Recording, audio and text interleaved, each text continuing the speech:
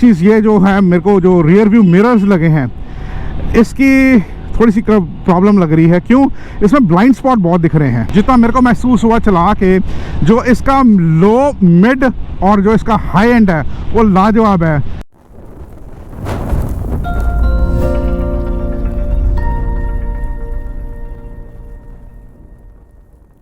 तो ये रही अपनी आज की ride, that is Yamaha R15M which has been sent by Yamaha Motor Company for the review।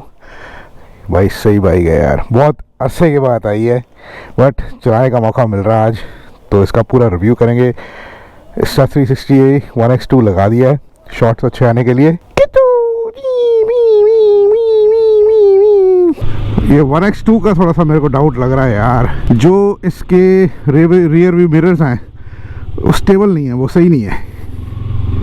तो हुआ क्या है कि यहाँ मैंने इंस्टा 360 1x2 लगाया, जैसे निकला थोड़ा सा घर के बाहर तो भाई ढीला हो गया, टूट गया, नीचे गिर गया, बच गया, नुकसान नहीं हुआ।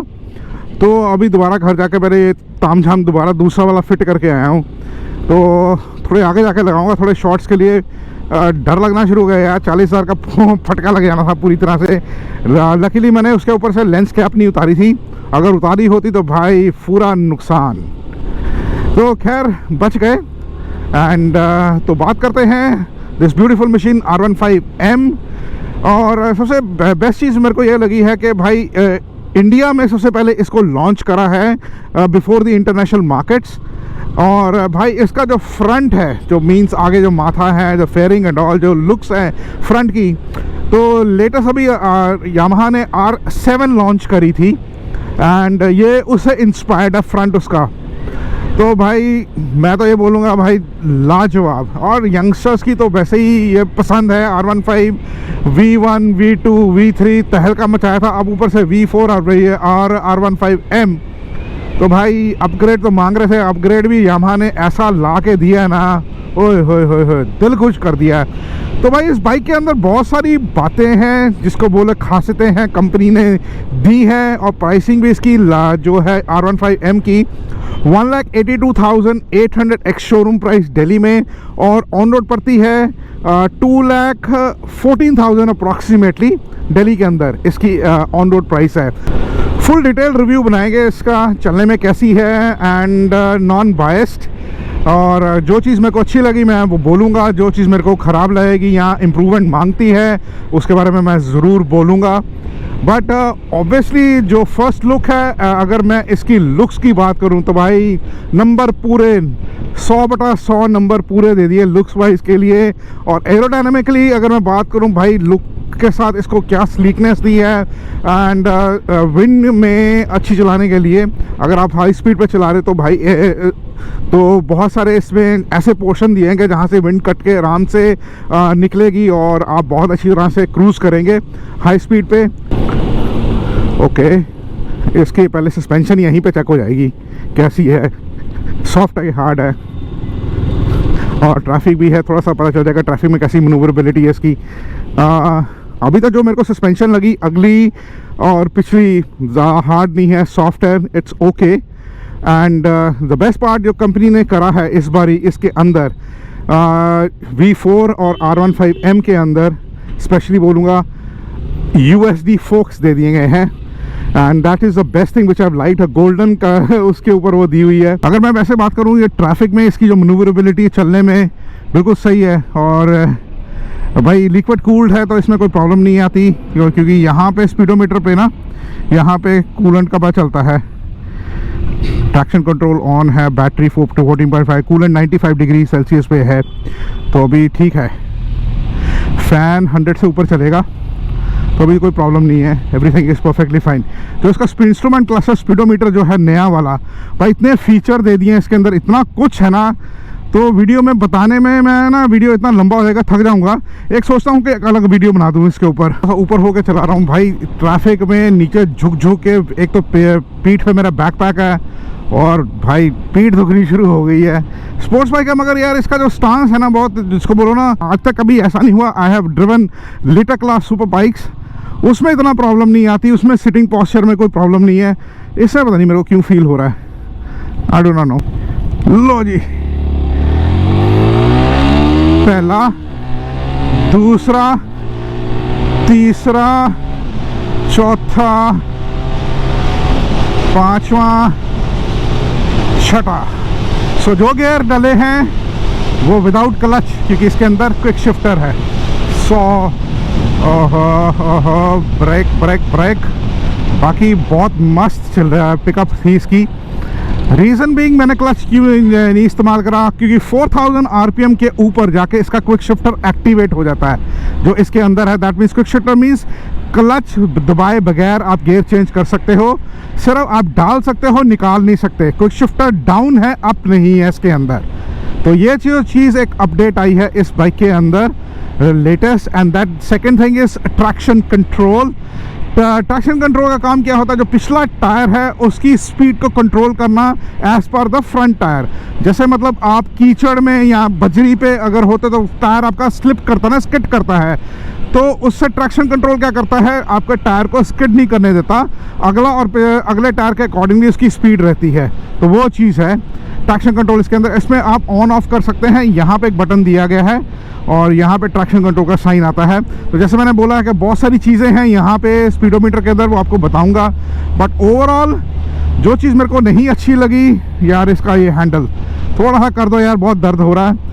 पोजीशनिंग बहुत वो है, दो थोड़ी सी इंप्रूवमेंट करी है V3 के अकॉर्डिंगली। टैंक थोड़ा सा नीचे करा, बाकी क्योंकि V3 का टैंक बहुत ऊपर होता, पेट पे लगता था, तो आगे और ऐसे होकर झुकना पड़ता था। तो बट इसमें थोड़ा सा इंप्रूवमेंट कर दी है, ये चीज़ अच्छी करी है। और एक और चीज़ जो मेरे को लगी है, फील हो रही है, इसकी सीट जो है ना यार, बहुत थोड़ी सी हार्ड लग रही है मेरे को।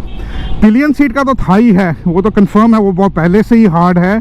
बट यार ये जो राइडर सीट है इसमें, वो थोड़ी सी मेरे को हार्ड लगी। इनफैक्ट V3 में सॉफ्टनेस थी, बट इसमें तो बिल्कुल ही बहुत हार्ड लग रही है। ये Yamaha should really work up on it. एक जैसे मैंने ये देखा, हैंडल की पोजीशनिंग जो है इसको थोड़ा सा इम्प्रूव कर दिया जाए, उसको ठीक कर दें। सीट है, और एक चीज़ ये जो है, मेरे को जो रियर व्यू मिरर्स लगे हैं इसकी थोड़ी सी प्रॉब्लम लग रही है। क्यों? इसमें ब्लाइंड स्पॉट बहुत दिख रहे हैं। I am not able to see the traffic properly. ये तो मेरी बाजू दिख रही है, इसमें पिछला ट्रैफिक नहीं दिख रहा, और इधर से भी वही है। अगर इसकी सेटिंग वगैरह ठीक कर दो तो बहुत अच्छा है। ये भी काम ख़राब ही है। और जो फुट पैक्स की पोजीशनिंग है वो बिल्कुल परफेक्टली फाइन है, ऐसा कुछ नहीं है।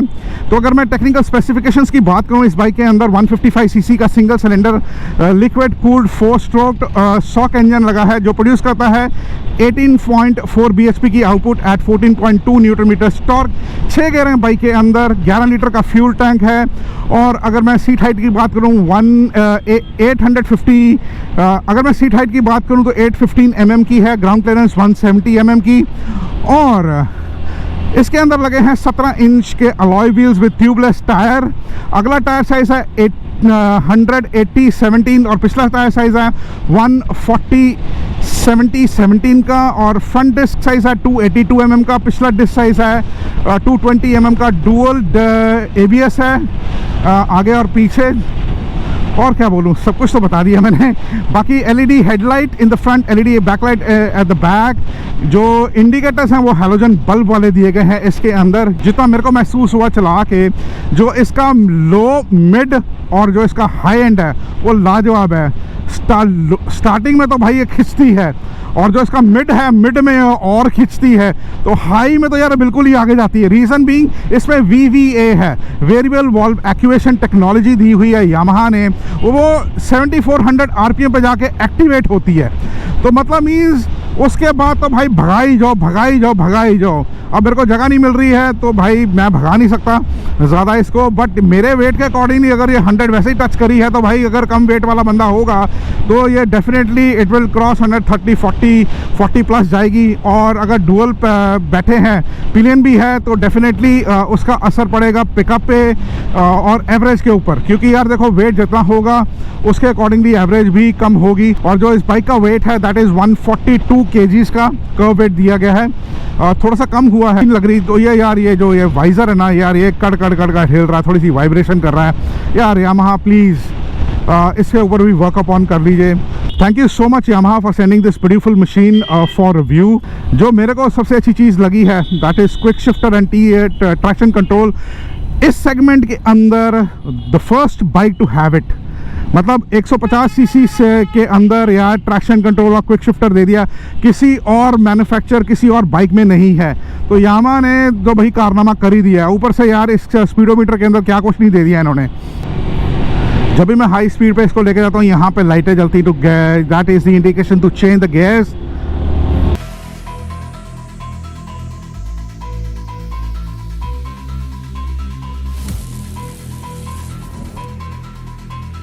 बहुत सारे भाई लोग पूछते हैं कि भैया इसकी एवरेज कितनी होगी एंड ऑल। या डिपेंड करता है देखो आपकी राइडिंग के ऊपर, आप कितना क्लच यूज़ करते हो, कितना ब्रेक लगाते हो, कितना पिकअप में कितनी तेज़ चलाते हो। अगर मैं इस यामाहा R15M या V4 का अगर मैं कंपटीशन बोलूँ और किस बाइक के साथ होगा स्पोर्ट्स बाइक सेगमेंट में, तो यार KTM RC 125 आती है। Then you have Suzuki Gixxer 150 और I don't think so there is any other manufacture. Braking तो इसकी लाजवाब है ही है, amazing.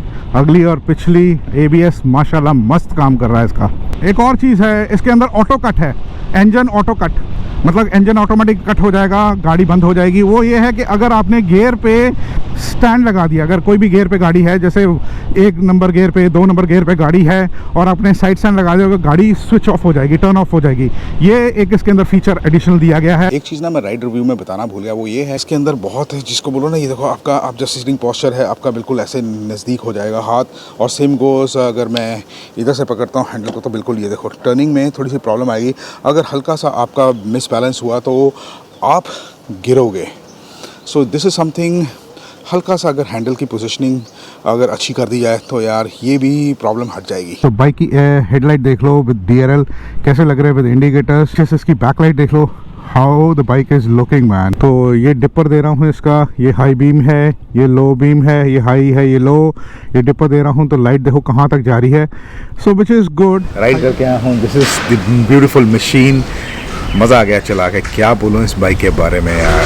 First of all thank you so much Yamaha motor India for sending out this beautiful machine for the review. Youngsters की ये बहुत ज़बरदस्त demand में है ये बाइक यार। देखो एक चीज़ है, छोटी सुपर बाइक, ये तो मैं ये बोल सकता हूँ। एंड इस बजट के अंदर मतलब अगर मैं बात करूँ 155 सीसी बाइक के अंदर आपको क्विक शिफ्टर ट्रैक्शन कंट्रोल दे दिया है कंपनी ने, और क्या चाहिए इसके अंदर। तो भाई बहुत सारी खासियतें हैं, मतलब इस स्पीडोमीटर में बहुत सारी चीज़ें हैं, उसका एक अलग वीडियो बना दूंगा। तो राइड के मामले में तो भाई इसके क्या कहने, इसका लो मिड टॉप एंड तो बस मस्त है। VVA technology, variable valve activation technology, जो अप्रॉक्सीमेटली 7500 RPM पे जाके एक्टिवेट होती है। मतलब हाई एंड जब आपकी बाइक मतलब आप जितना खींच रहे हो इस बाइक को भाई लाजवाब। मैं तो बोलूँगा भाई this is a must buy bike. Youngsters का अगर बजट जो है around 2 lakh rupees. Full detailed video मैंने बनाया, अगर आपको वीडियो अच्छा लगा give a thumbs up, video को लाइक कर दीजिए, वीडियो को शेयर कर दीजिए अपने दोस्तों अपनी फैमिली फ्रेंड्स के साथ। कमेंट सेक्शन को कमेंट कर देना।